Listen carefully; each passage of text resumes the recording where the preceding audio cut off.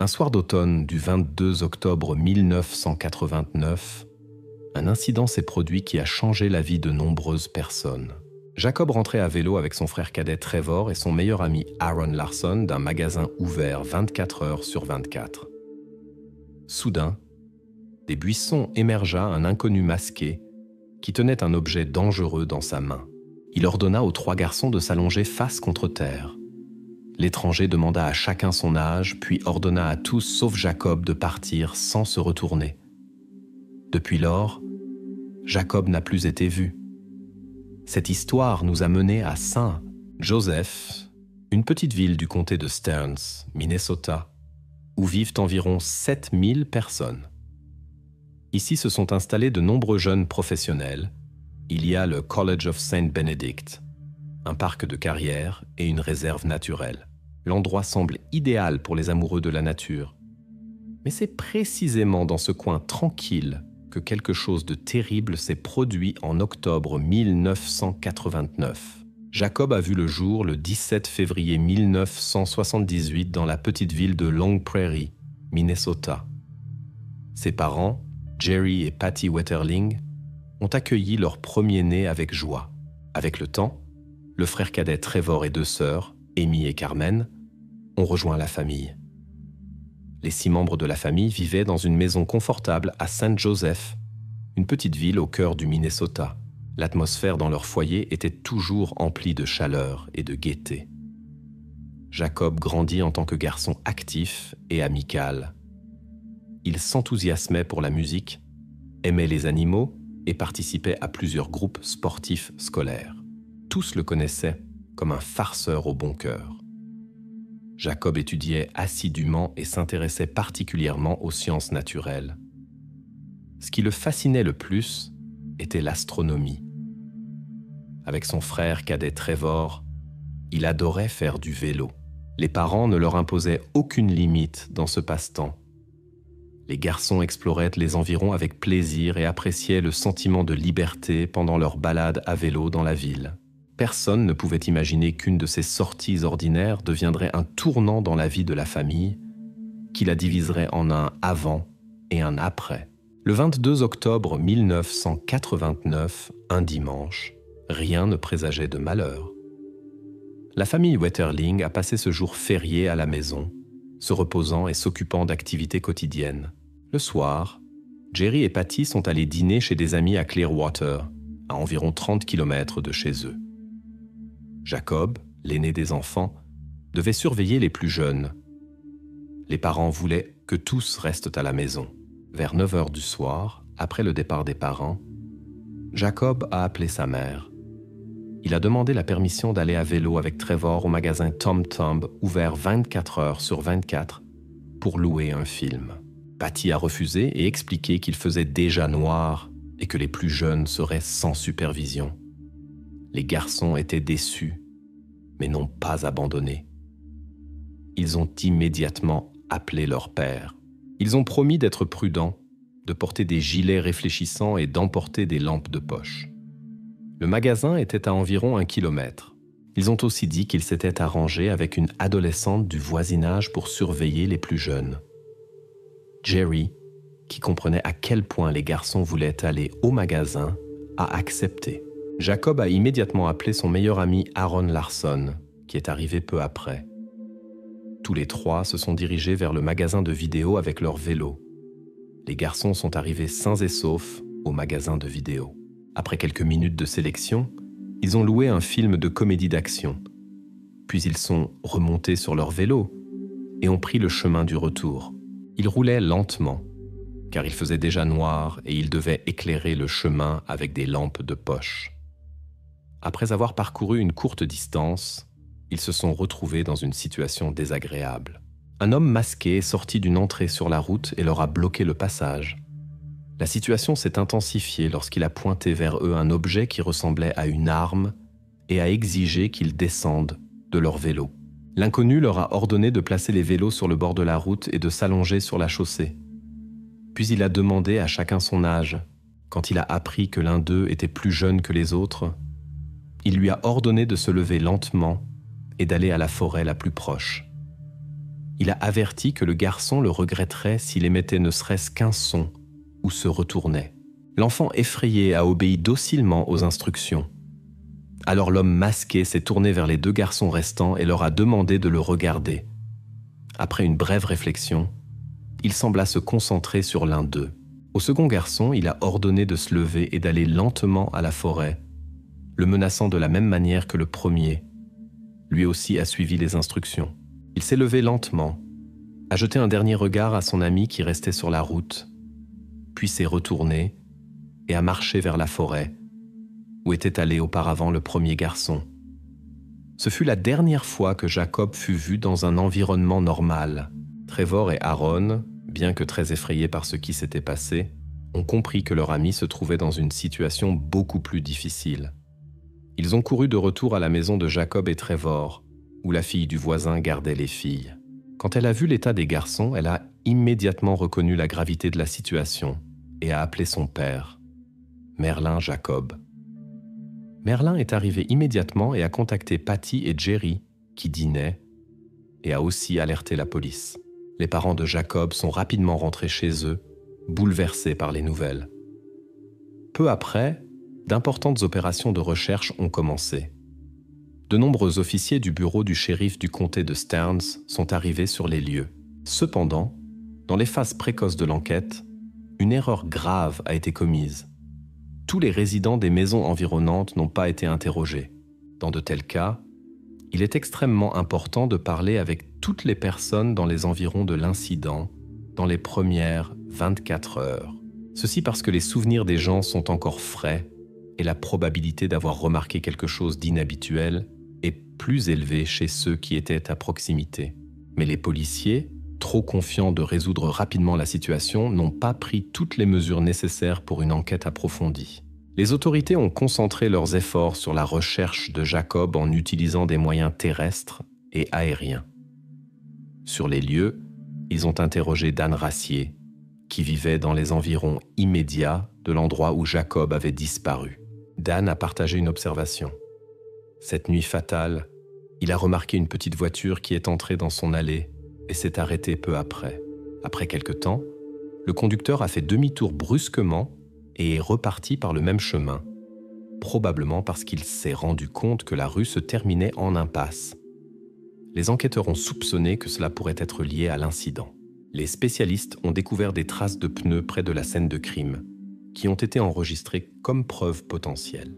En raison de la proximité de la scène de crime, Dan est également entré sur la liste des personnes d'intérêt pour l'enquête. Le shérif Charlie Graft du comté de Stearns se souvient de ses attentes initiales d'une résolution rapide de l'affaire, étant donné la réponse prompte de la police. Cela, selon lui, aurait dû considérablement limiter les possibilités de fuite du suspect. Cependant, comme l'ont montré les enquêtes ultérieures, ces attentes se sont révélées prématurées. La première nuit de recherche s'est terminée vers 3 heures du matin en raison de conditions de visibilité insuffisantes. Ce matin-là, à 8 heures, les autorités reprirent la recherche de Jacob. Les agents du FBI rejoignirent les employés du département du shérif du comté de Stearns pour aider à la fois dans l'opération de recherche et dans l'enquête. Un jour plus tard, un profileur du FBI se joignit à eux. Basé sur les faits connus de l'incident, il soupçonnait que la personne recherchée était très probablement un homme blanc célibataire avec une particularité physique et avait possiblement commis des actes similaires auparavant. Le 25, une réunion de prière eut lieu à l'église Saint-Joseph. Plus de 500 personnes vinrent prier pour le retour sain et sauf de Jacob. Le lendemain, la nouvelle de l'incident fut diffusée dans tout le pays et des entrepreneurs de Minneapolis et Saint Paul offrirent une récompense de $100 000 pour le retour sain et sauf de l'enfant. Le 27, des soldats de la garde nationale avec la patrouille d'État se joignirent à la recherche. Dans la tentative de retrouver Jacob, ils fouillèrent une zone de 2000 km². Cette opération de recherche devint l'une des plus importantes de l'histoire des États-Unis, et l'affaire reçut une grande attention médiatique nationale. Les gens montrèrent leur soutien à la famille de Jacob de diverses manières. Beaucoup portèrent des rubans blancs sur leurs vêtements comme symbole d'espoir et de participation à la recherche. Dans la recherche de Jacob disparu, Les gens accrochèrent des milliers d'annonces dans les magasins et aux fenêtres. Même des tracts furent inclus dans les boîtes à pizza. Les stations de radio dans tout le Minnesota diffusèrent la chanson préférée de Jacob avec un message de sa mère Patty. Avant l'ère d'Internet, c'étaient les principaux moyens de rapporter de tels cas. Des centaines de volontaires se portèrent volontaires pour aider à la recherche. Des chiens pisteurs furent utilisés pour suivre une piste. Mais tous les efforts restèrent infructueux. À la fin de la première semaine, le 29 octobre, plus de 100 agents et officiers de diverses agences travaillaient sur l'affaire. Malheureusement, aucun indice ne fut trouvé. Beaucoup critiquèrent les forces de l'ordre pour avoir rendu la recherche trop extensive et précipitée. On pensait qu'ils auraient dû d'abord se concentrer sur une petite zone autour de la scène de crime et interroger minutieusement tous les présents avant d'étendre la zone. En novembre 1989, les enquêteurs montrèrent au public 3 portraits différents d'un homme qui avait été vu dans le magasin Tom Thumb cette nuit fatidique. Des témoins rapportèrent que cet homme avait observé attentivement les clients. Description: peau claire, environ 50 ans, approximativement 90 kg, avec des cheveux gris. 6 jours plus tard, le 12 novembre, les autorités publièrent 2 autres portraits. L'un montrait un homme qui avait écouté des conversations dans le magasin Tom Thumb quelques semaines après l'incident. L'autre portrait représentait une personne qui avait présumément tenté d'emmener un jeune homme à New Brighton, une banlieue de Minneapolis. Les autorités remarquèrent la similitude entre les 2 images avec le portrait précédemment créé de la personne vue dans le magasin Tom Thumb le soir de la disparition de Jacob.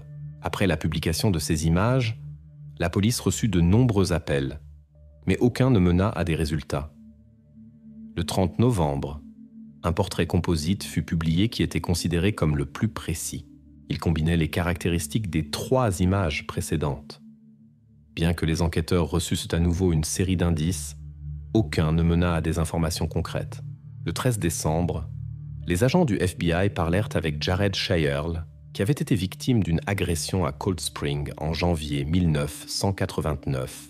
Les enquêteurs de la ville voisine soupçonnèrent que les 2 affaires pourraient être liées à la même personne.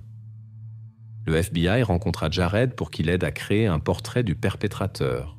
Le 16 décembre, les agents du FBI interrogèrent un suspect possible nommé Daniel James Heinrich de Paintsville, qui se trouve à environ 48 km de Saint Joseph. Dans cette région, il y avait eu plusieurs incidents avec de jeunes hommes ces dernières années, en plus des cas de Jacob et Jared. Lorsqu'il fut interrogé par les agents du FBI, Heinrich expliqua qu'il ne savait rien des situations avec Jacob et Jared. Les enquêteurs se retrouvèrent à nouveau dans une impasse et considérèrent comment continuer l'enquête. 1 mois plus tard, le 12 janvier 1990, l'attention se tourna à nouveau vers Heinrich. Cette fois, il accepta de fournir ses chaussures de sport et des échantillons pour analyse de preuves possibles. 3 jours plus tard, Heinrich permit de faire une empreinte des pneus de sa Ford Expo bleue à Hayon de 1982 pour la comparer avec les traces trouvées sur le lieu de la disparition de Jacob. Le lendemain, il fut découvert que Heinrich avait possédé une autre voiture jusqu'en mars 1989, une Mercury Topaz de 1989. Cela signifiait que s'il était impliqué dans l'incident de Jared, il aurait dû utiliser cette voiture. La police obtint l'accès à la Mercury Topaz. Quand on demanda à Jared d'évaluer la similitude de cette voiture avec celle dans laquelle il avait été 1 an auparavant, il donna une note de 8 ou 9 sur 10. Le 24 janvier, le domicile de Heinrich fut perquisitionné. Divers objets furent confisqués, y compris des scanners de police, un sac pour les transporter, des listes de fréquences, des chaussures et des vêtements. 2 jours plus tard, Heinrich fut convoqué à la police pour une procédure d'identification. Jared se tint devant 6 hommes à la peau claire. À ce moment, il ne put pas déterminer exactement si celui qui l'avait emmené était parmi eux. Jared évalua la similitude avec Heinrich à seulement 4 sur 10 points.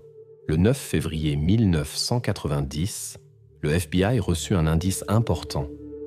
Des fibres des vêtements de Jared correspondaient aux fibres de la voiture de Heinrich qu'il avait possédée en janvier 1989.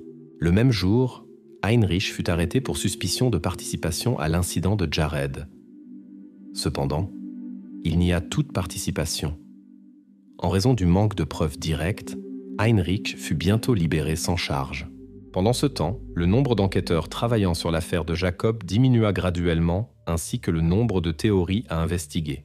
Bien que l'affaire ne puisse pas être officiellement fermée, car la recherche de personnes disparues doit continuer, l'enquête atteignit une impasse.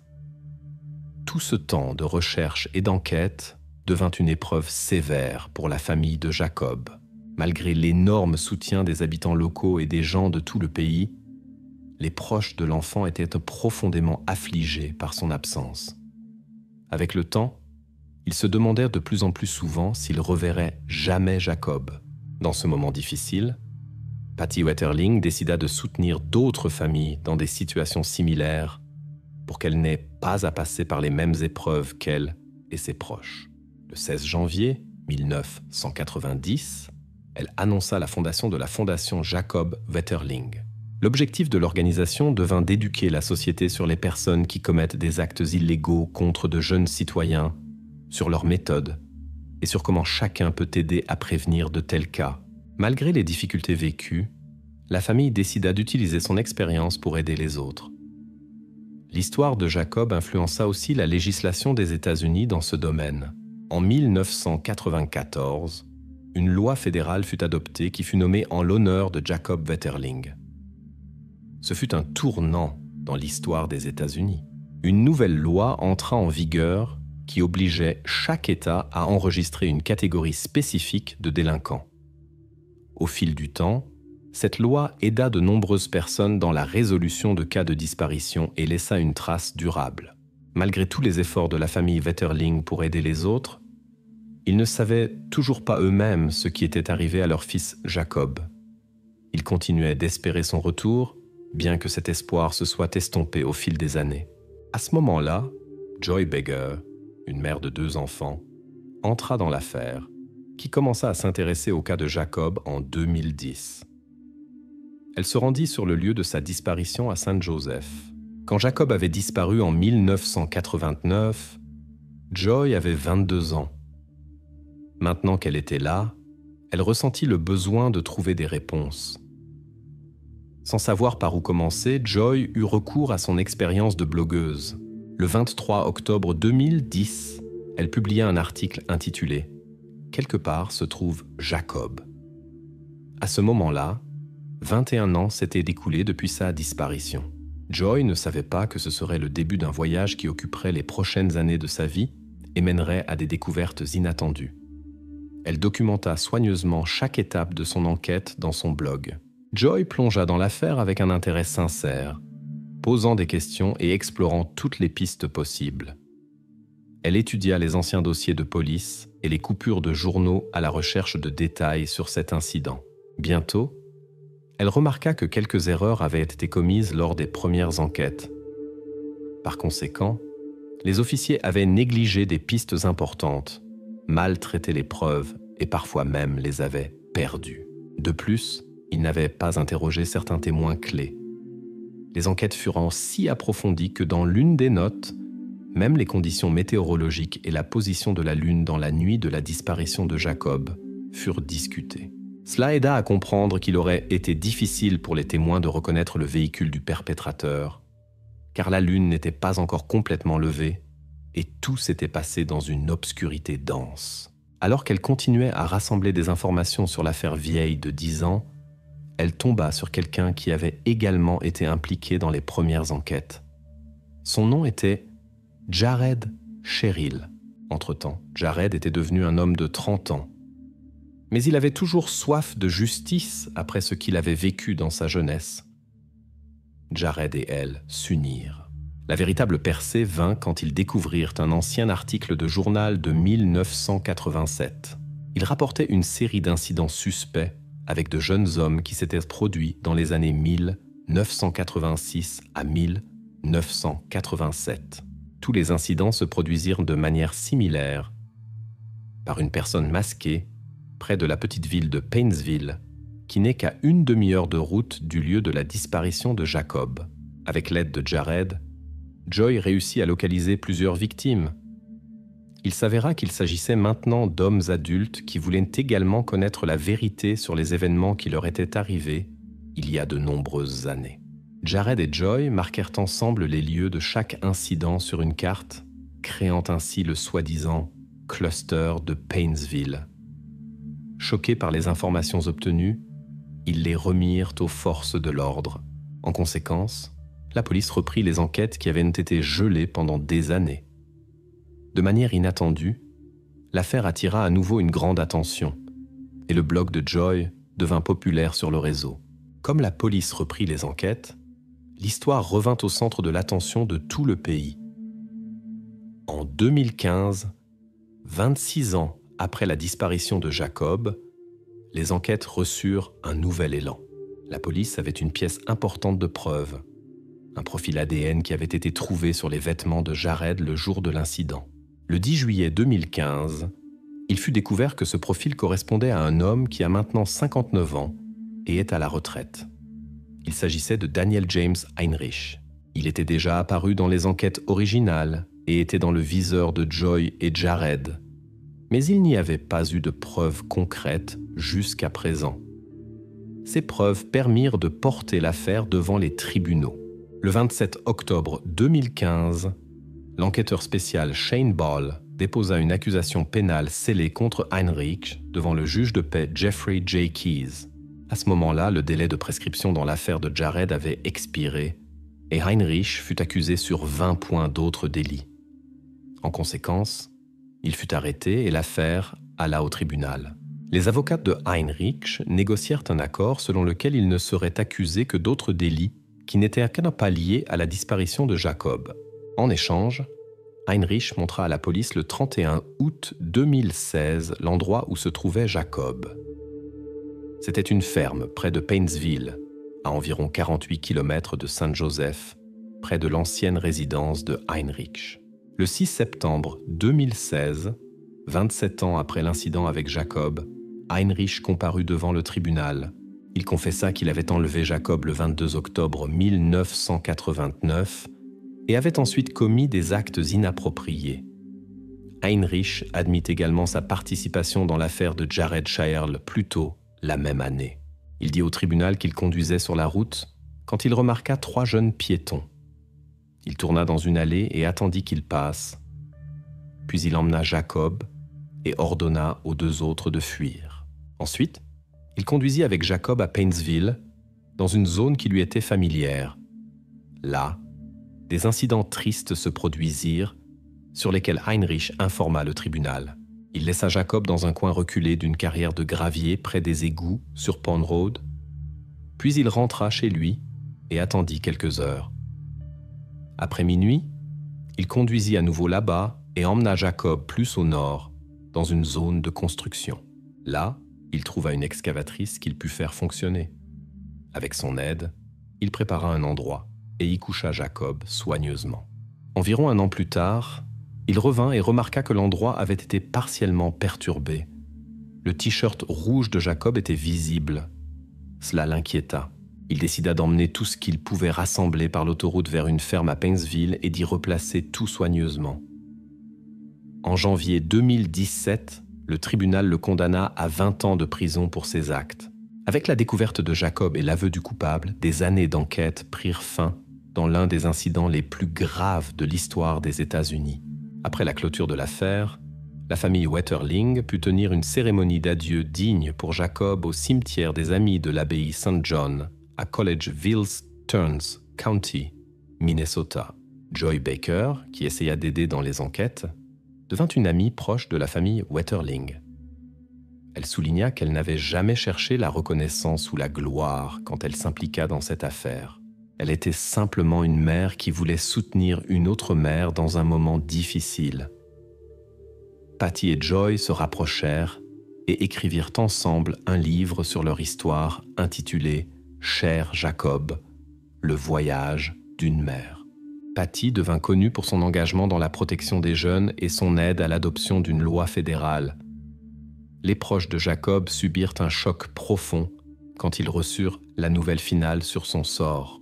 Patty admet qu'il est insupportablement difficile de comprendre ce que Jacob a dû endurer dans ses derniers jours et heures.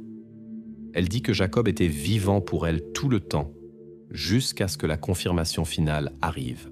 Et bien qu'ils sachent maintenant avec certitude que leur fils bien-aimé n'est plus là, son héritage continue à travers la fondation établie et la loi fédérale adoptée en son honneur. La fondation s'assure que des personnes comme Heinrich soient tenues responsables de leurs actes.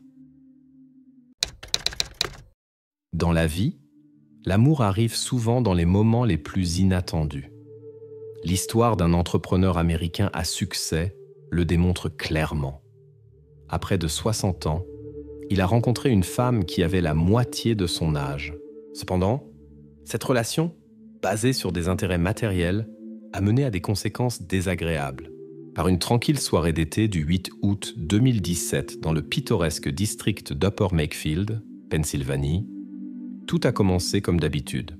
2 employés d'une entreprise pharmaceutique ont décidé de rendre visite à leur collègue, le représentant commercial de 64 ans, Mike McNew. Son manque de disponibilité pendant la journée les préoccupait, car un tel comportement était complètement atypique pour cette personne fiable. Quand elles sont arrivées à la maison, elles ont remarqué la voiture de Mike dans le garage. Tout semblait normal, comme si le propriétaire était à la maison. La sonnerie à la porte est restée sans réponse, ainsi que les coups persistants. Dans la maison régnait un silence total. Quand elles ont découvert la porte d'entrée non verrouillée, les collègues inquiètes ont décidé de vérifier si tout allait bien. Elles sont entrées dans la maison et ont appelé Mike.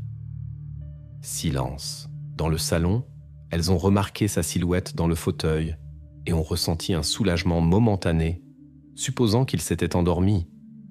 Mais quand elles se sont approchées, elles ont réalisé que la situation était beaucoup plus grave. Les femmes perturbées ont immédiatement composé le numéro d'urgence 911. L'une d'entre elles était si bouleversée qu'elle ne pouvait pas parler de manière cohérente. Sa collègue a pris l'initiative et a décrit la situation au répartiteur. Suivant les instructions de l'opérateur, elle a vérifié l'état de Mike. Il n'y avait pas de pouls, pas de respiration. Le répartiteur a envoyé les services d'urgence sur les lieux de l'accident. L'histoire de Mike McNew a commencé en l'année 1953 en Pennsylvanie. Plus tard, la famille a déménagé à Williamsport, Maryland. Il a grandi dans une famille protégée où régnait l'amour et la compréhension mutuelle. Après l'école, il est allé à l'université et a fondé une famille avec son ami d'école. Leurs sentiments étaient sincères et mutuels. Ils vivaient comme une famille typique de classe moyenne dans une maison confortable près de la côte. Mike aspirait toujours au développement professionnel. Après avoir commencé sa carrière comme agent d'assurance à succès, il est passé plus tard à l'industrie pharmaceutique. Ici, il attendait le vrai succès. Grâce à la fondation de sa propre entreprise, il a pu permettre à sa famille une vie confortable. Mike était un homme d'affaires prospère qui permettait à sa famille une vie aisée. Mais le bonheur familial n'a pas duré. 3 à 4 ans après la naissance des enfants, les époux ont décidé de se séparer. Malgré la séparation, ils ont maintenu une relation cordiale et se sont occupés ensemble des enfants. Le fils et la fille visitaient fréquemment leur père et les ex-époux entretenaient des relations amicales. Les enfants se sont souvenus plus tard qu'ils n'avaient jamais entendu leurs parents se disputer, ni avant, pendant, ni après le divorce. Leur respect mutuel est resté même après le divorce officiel au début de 2000. Mike a décidé de commencer un nouveau chapitre de sa vie dans la tranquille communauté Township Upper Makefield, dans le district de Bucks, Pennsylvanie.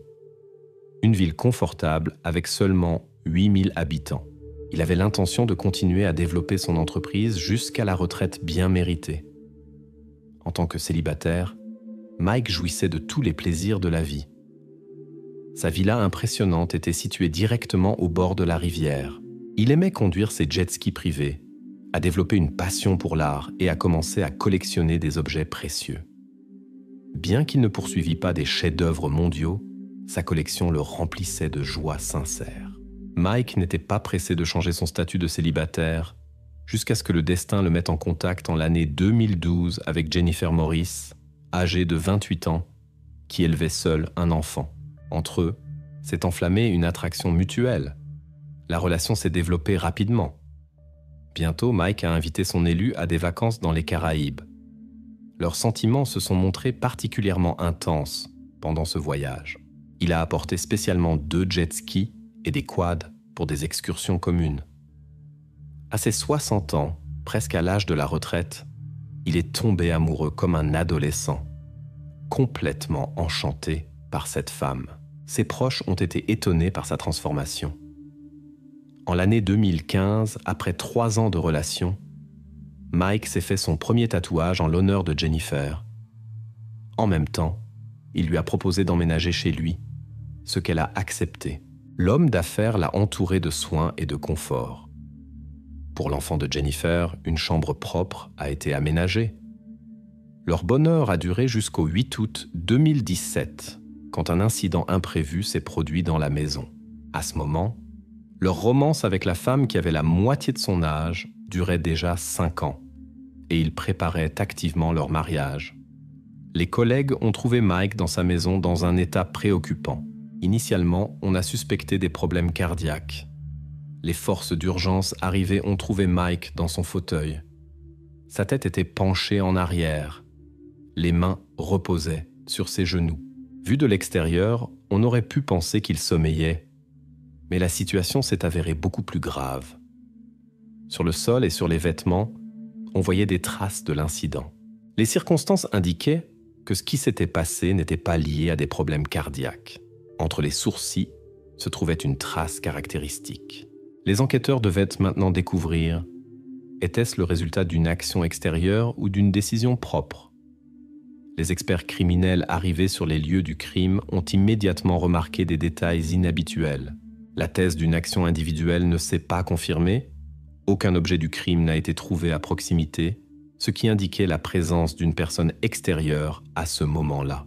En examinant le salon, à environ 10 mètres de l'endroit où Mike a été trouvé, les spécialistes ont découvert une douille de balles de calibre 380. Il était remarquable que dans la pièce, tout était resté à sa place, sans signe de lutte. Apparemment, tout est arrivé de manière inattendue pour le propriétaire. Au poignet de Mike était restée une trace caractéristique de sa montre disparue. Les poches de ses vêtements étaient retournées. Du bureau au rez-de-chaussée manquait un ordinateur portable et un téléphone mobile ainsi que d'autres objets de valeur. À première vue, la situation rappelait un cambriolage domestique ordinaire où le propriétaire a accidentellement rencontré un visiteur non invité. Dans la chambre à coucher, de nouveaux détails importants ont été découverts. Au nom de Mike McNew étaient enregistrées 2 armes à feu. Dans la maison, une seule a été trouvée. Du Smith & Wesson calibre 380 ne restait qu'un étui vide. Plus tard, il s'est avéré exactement cette arme que le propriétaire gardait pour la défense a été utilisée dans l'incident et a disparu après. L'absence de toute trace et dommage indiquait que le visiteur était familier avec le plan de la maison. Il savait où se trouvaient les armes à feu et les objets de valeur et comment quitter le bâtiment sans être remarqué. Les enquêteurs ont commencé par une vérification approfondie de l'environnement de l'homme d'affaires et ont fait appel à des spécialistes supplémentaires. La thèse d'un vol devenait de plus en plus improbable. Malgré la disparition des objets personnels de Mike, de nombreux objets de valeur sont restés intacts. Par exemple, la collection d'art, où chaque pièce était artistiquement éclairée par une lampe séparée, est restée complètement préservée. Tout indiquait que le représentant pharmaceutique de 64 ans avait rencontré quelqu'un qui avait des motifs personnels. La disparition des appareils électroniques ne semblait pas accidentelle. Ils contenaient possiblement des informations importantes. L'intégrité des portes et fenêtres montrait que le visiteur avait soit des clés, soit avait été admis par le propriétaire lui-même. En enquêtant sur la biographie de Mike, les enquêteurs ont découvert qu'il était une personne pacifique, sans conflit ni ennemi. Une attention particulière a été attirée par sa compagne de vie, Jennifer Morris, âgée de 33 ans. Les voisins la décrivaient comme la fiancée de l'homme d'affaires plus âgé, mais après l'incident, elle semblait avoir disparu. ce qui a soulevé de nombreuses questions auprès des autorités. Les personnes de son entourage décrivaient Jennifer comme une personnalité renfermée qui révélait rarement des détails de sa vie. On ne connaissait que sa relation difficile avec sa mère. Dans de rares moments d'ouverture, elle racontait son enfance difficile dans la maison familiale où elle avait vécu un comportement inapproprié de 2 amis de sa mère. La mère n'avait pas cru sa fille, ce qui avait mené à un traumatisme psychologique profond. La situation était devenue intenable. Jennifer avait quitté l'école et abandonné son foyer, décrivant cette période comme une phase de dépression profonde. Livrée à elle-même, elle trouva sa vocation dans la réparation de motocyclettes. La passion pour les véhicules à 2 roues se développa jusqu'à l'obsession. Elle s'acheta une moto de sport et partageait fréquemment sur les réseaux sociaux des histoires de balades nocturnes à vitesse maximale. L'apparence frappante de Jennifer était complétée par des tatouages marquants, des inscriptions sur la poitrine, l'image d'un revolver sur le biceps et un squelette souriant sur le bras. À 20 ans, elle devint mère, mais le père de l'enfant disparut rapidement de sa vie. Pour nourrir son enfant, elle combina son travail de mécanicienne avec des performances au club Prestige en Pennsylvanie. C'est là qu'elle rencontra en l'an 2012 Mike McNew, âgé de 59 ans, un habitué de l'établissement. Après une conversation décontractée, il l'invita à dîner. Jennifer accepta, mais posa une condition: le règlement de ses dettes d'électricité d'un montant de $1 200. Ainsi commencèrent leurs rencontres régulières dans des restaurants chers et des clubs à la mode. Mike était généreux avec les cadeaux. Bijoux, une moto, une voiture, voyage. Jennifer l'appelait papa, et il était flatté par l'attention de sa séduisante compagne. Le destin avait ses propres plans pour Jennifer. En Mike, elle vit une chance de changer sa vie. Ils partageaient beaucoup, y compris le sentiment d'être des marginaux dans la société. Dans le prospère homme d'affaires, elle trouva non seulement un soutien financier, mais aussi une chaleur émotionnelle. En l'an 2015, ils emménagèrent ensemble. Au début, tout se déroula harmonieusement, mais le temps apporta des changements. Les voisins rapportèrent de sérieux désaccords quelques mois avant l'incident et mentionnèrent une dispute bruyante, après laquelle le couple se serait supposément séparé. Malgré la relation refroidie, ils continuèrent à vivre sous le même toit. Et maintenant, après l'incident, la disparition soudaine de Jennifer soulevait de nombreuses questions. Ce furent les témoignages des voisins recueillis par les enquêteurs. Jennifer semblait avoir disparu, malgré une recherche intensive. Les enquêteurs décidèrent de parler avec les enfants de Mike, qui à ce moment-là tentaient de traiter la nouvelle dévastatrice concernant leur père. La famille se rassembla immédiatement. Patrick accourut de Pittsburgh, sa sœur et sa mère du Maryland.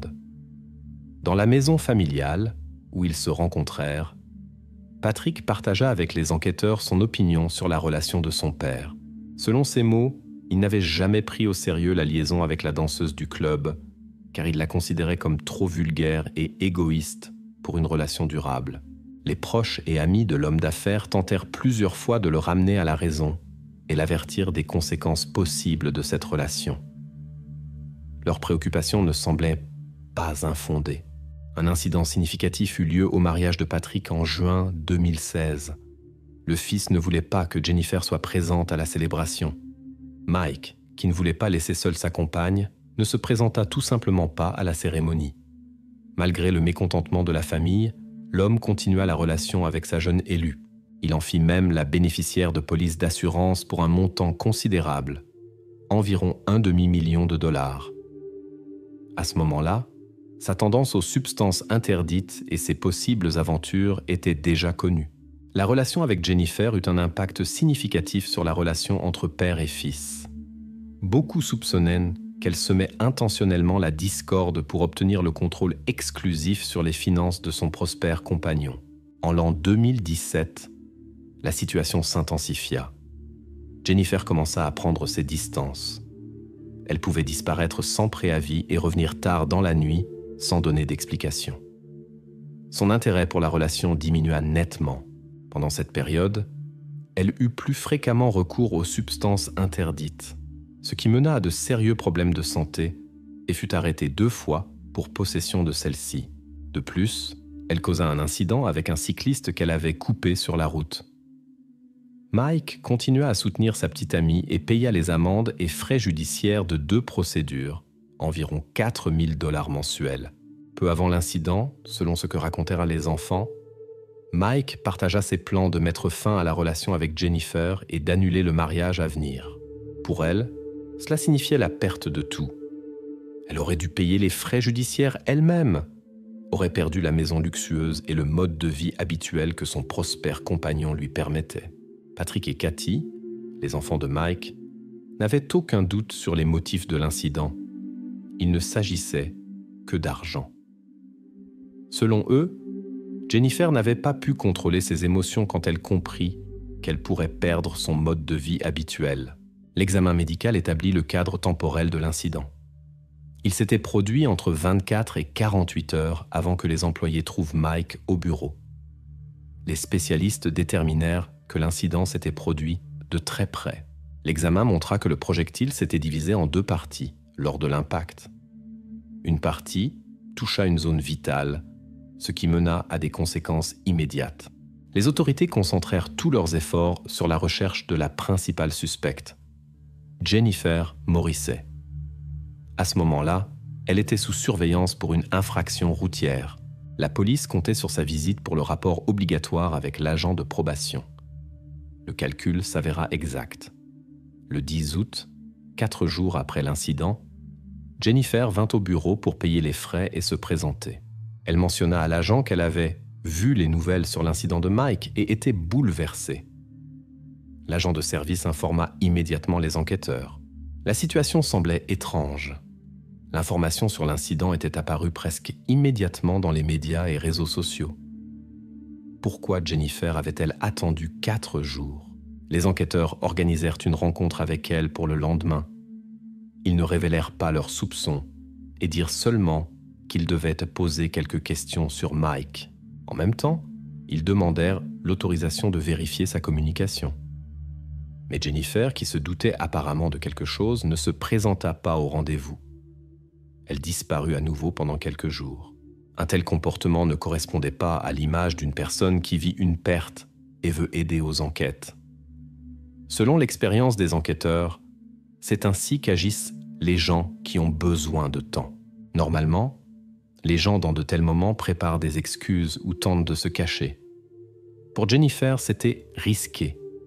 Elle était obligée de se présenter régulièrement à la police. Manquer les présentations lui aurait automatiquement apporté des difficultés supplémentaires. Une arrestation n'était pas encore possible. Il manquait des preuves solides. Pendant que les enquêteurs attendaient l'apparition de Jennifer, ils continuaient à rassembler des informations. Ils ont parlé avec un ami proche de Mike. Celui-ci a rapporté un appel récent de McNews, lors duquel Mike a partagé ses préoccupations. Il avait découvert l'identité de l'accompagnateur de Jennifer, un homme avec le surnom de « l'impitoyable ». Selon les mots de Mike, ce personnage donnait lieu à de sérieuses préoccupations. La situation devenait risquée et il prévoyait de mettre fin à la relation avec sa fiancée pour assurer sa propre sécurité. Derrière le pseudonyme se cachait Charles Coula, une figure connue de la pègre avec un long passé carcéral.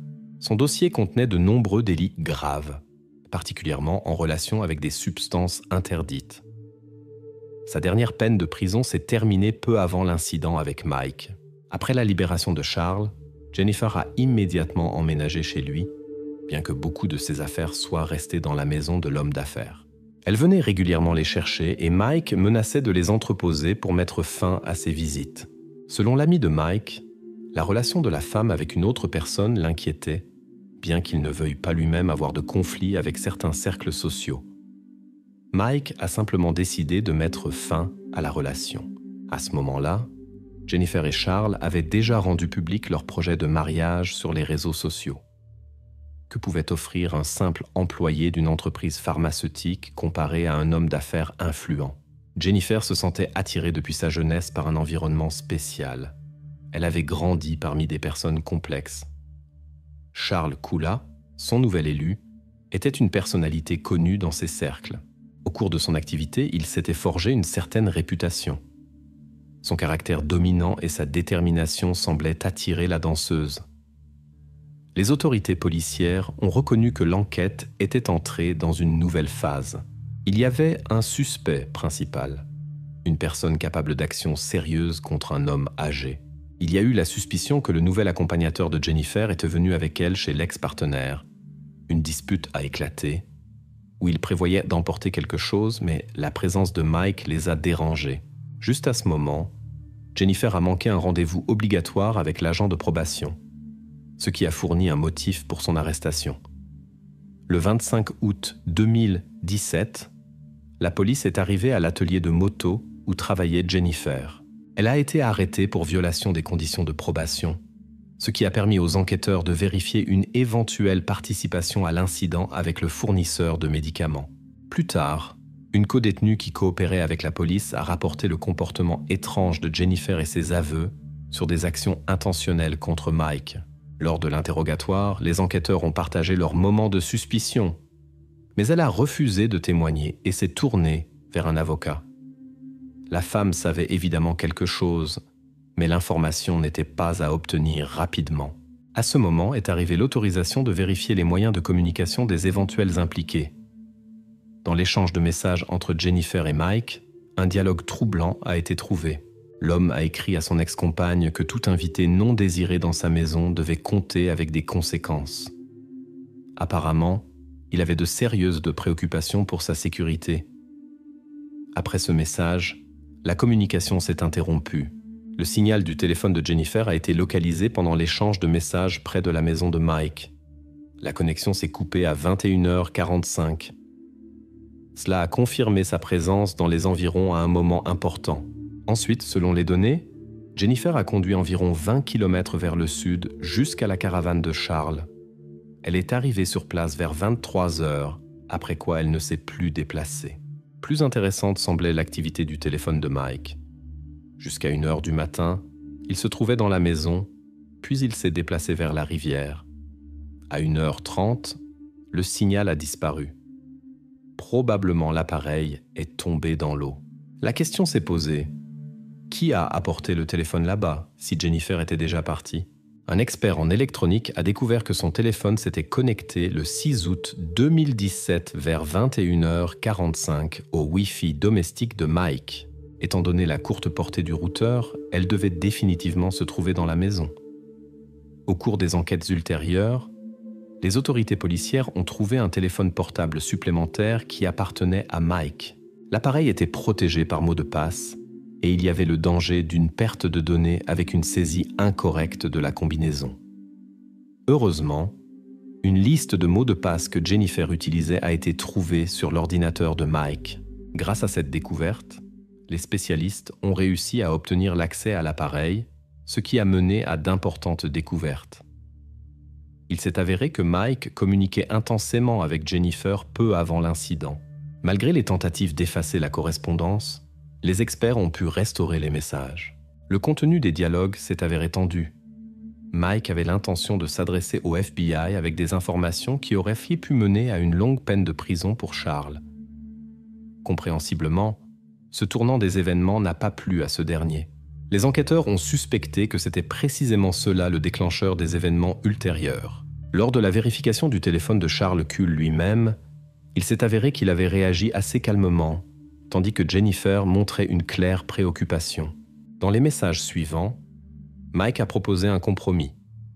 Il était prêt à renoncer à contacter le FBI si Jennifer revenait vers lui et terminait la relation avec Charles. Le dernier message de Mike était une déclaration d'amour qui est restée sans réponse. L'enquête ultérieure des réseaux sociaux de Jennifer a révélé des détails intéressants. Le jour après l'incident, elle a commencé à diffuser activement des informations contradictoires parmi ses connaissances. À certains, elle a raconté un comportement agressif envers un homme d'affaires âgé. À d'autres, elle a parlé de la décision indépendante de Mike. Et à d'autres encore, elle a assuré qu'elle avait coupé le contact avec lui depuis longtemps et ne savait rien. Les enquêteurs ont évalué cela comme une tentative de créer un chaos informationnel. La participation du couple dans l'incident est devenue évidente et leur déclaration était nécessaire. En conversation avec les enquêteurs, Charles a étonnamment partagé sa version des événements. Selon ses mots, il n'avait rien à voir avec l'incident. Tout s'est passé par la faute de Jennifer. Ce soir-là, elle est revenue agitée et a raconté que Mike l'avait confrontée avec une arme à feu après une conversation désagréable. Dans la tentative de le désarmer, la tragédie s'est produite. Effrayée, elle a quitté les lieux. Plus tard, Jennifer a demandé à Charles de la ramener chez Mike. Elle voulait vérifier son état et éventuellement apporter de l'aide. Charles, qui ne voulait pas être impliqué, a demandé à son ami Jerry, qui vivait près de là dans une caravane avec sa mère, d'accompagner Jennifer. Pendant les enquêtes, Jerry a commencé à coopérer avec les autorités policiales et a raconté des détails importants sur cette soirée. Il a confirmé qu'il avait conduit Jennifer à la maison près de la rivière, bien qu'il n'ait pas compris initialement le véritable but du voyage. Cependant, quand ils sont arrivés sur place, l'image s'est clarifiée. Jerry a remarqué des incohérences dans les déclarations de Jennifer sur une prétendue altercation physique. La situation dans la maison parlait un langage complètement différent. Selon ses déclarations, le propriétaire de la maison était simplement assis dans le fauteuil. Quand ils sont arrivés, Jennifer n'a même pas essayé de vérifier son état ou d'offrir de l'aide. Au lieu de cela, elle s'est mise à chercher des objets de valeur. Elle a pris la montre de la main de son ex-partenaire, a emporté l'ordinateur portable et a jeté son téléphone dans la rivière. Après cela, Jerry l'a emmenée à la caravane de Charles. L'enquête a révélé des traces d'ADN de Jennifer sur les poches des vêtements de son ex-partenaire, qu'elle avait fouillés. Charles, son partenaire actuel, avait un alibi solide. Peu avant l'incident, il avait eu un grave accident de la circulation. À ce moment-là, il se déplaçait en fauteuil roulant, pouvait à peine marcher et n'était physiquement pas en mesure d'être impliqué dans l'incident. Il a également souligné qu'il était en liberté conditionnelle et comprenait très bien que tout problème juridique était absolument interdit pour lui. Les enquêteurs ont trouvé ces arguments convaincants et ont confirmé qu'il se remettait effectivement de l'accident au moment indiqué. Le 29 septembre 2017, Jennifer Morris a comparu devant le tribunal pour actions intentionnelles, enrichissement matériel et dissimulation de preuves. Le procès fut programmé pour le 24 janvier 2019. L'accusation a lié son acte à une série d'événements antérieurs. Le motif principal était que son partenaire aisé avait refusé de continuer à financer son style de vie dispendieux et avait mis fin à la relation. La goutte d'eau qui a fait déborder le vase fut son intention de s'adresser au FBI. De plus, Jennifer espérait obtenir un avantage considérable. Elle réclamait une prestation d'assurance d'environ $1 demi-million. Tous ces faits ont été soutenus par de nombreuses preuves matérielles. L'enquête a rassemblé un volume impressionnant de matériel, de nombreux enregistrements de conversations, des rapports d'expertise et des témoignages de témoins. Cependant, la figure clé de l'affaire est devenue Jerry, une connaissance du nouveau petit ami de Jennifer. Son témoignage dans la salle d'audience s'est avéré décisif. Jerry a raconté comment l'accusé est retourné sur les lieux du crime et a tenté d'éliminer des preuves. Pour sa collaboration dans les enquêtes, il a été exempté de responsabilité.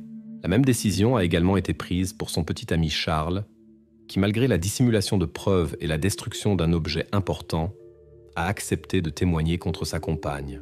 Au procès ont également témoigné ceux qui étaient avec Jennifer en détention préventive. Cependant, la défense a insisté sur le caractère pacifique de l'accusé et a souligné l'absence de tendances agressives. Pour confirmer cela, Jennifer a décidé de prononcer un discours. Dans son récit, elle a décrit comment elle était allée chez Mike pour récupérer des objets personnels. Selon ses mots, il l'a reçue agressivement, avec un objet à la main, l'a insultée et lui a refusé l'accès. Une bagarre s'est développée pour le contrôle de l'objet en question, pendant laquelle le malheur s'est produit. Jennifer a affirmé qu'elle s'était défendue parce qu'elle craignait pour sa sécurité. Cependant, sa version contredisait les faits. Mike a été trouvé assis dans le fauteuil, pas à l'entrée. Les experts ont présenté des preuves de l'intentionnalité des actions. Les experts ont établi que la distance entre l'objet et la personne était d'environ 3 cm. Le 1er février 2019, le jury s'est retiré pour délibérer. Le tribunal a trouvé Jennifer coupable de tous les chefs d'accusation. Crimes graves, vol et falsification de preuves. Elle a reçu la peine maximale sans possibilité de libération anticipée. Pendant tout le procès, elle n'a montré aucun repentir. Le procès a été particulièrement difficile pour le fils de Mike. Il a dit à plusieurs reprises qu'il ne pouvait pas pardonner à l'accusé d'avoir détruit sa famille. Son enfant est resté sans grand-père et lui-même sans père. Ses dernières conversations avec le père ont été assombries par des conflits et cette situation ne peut plus être corrigée.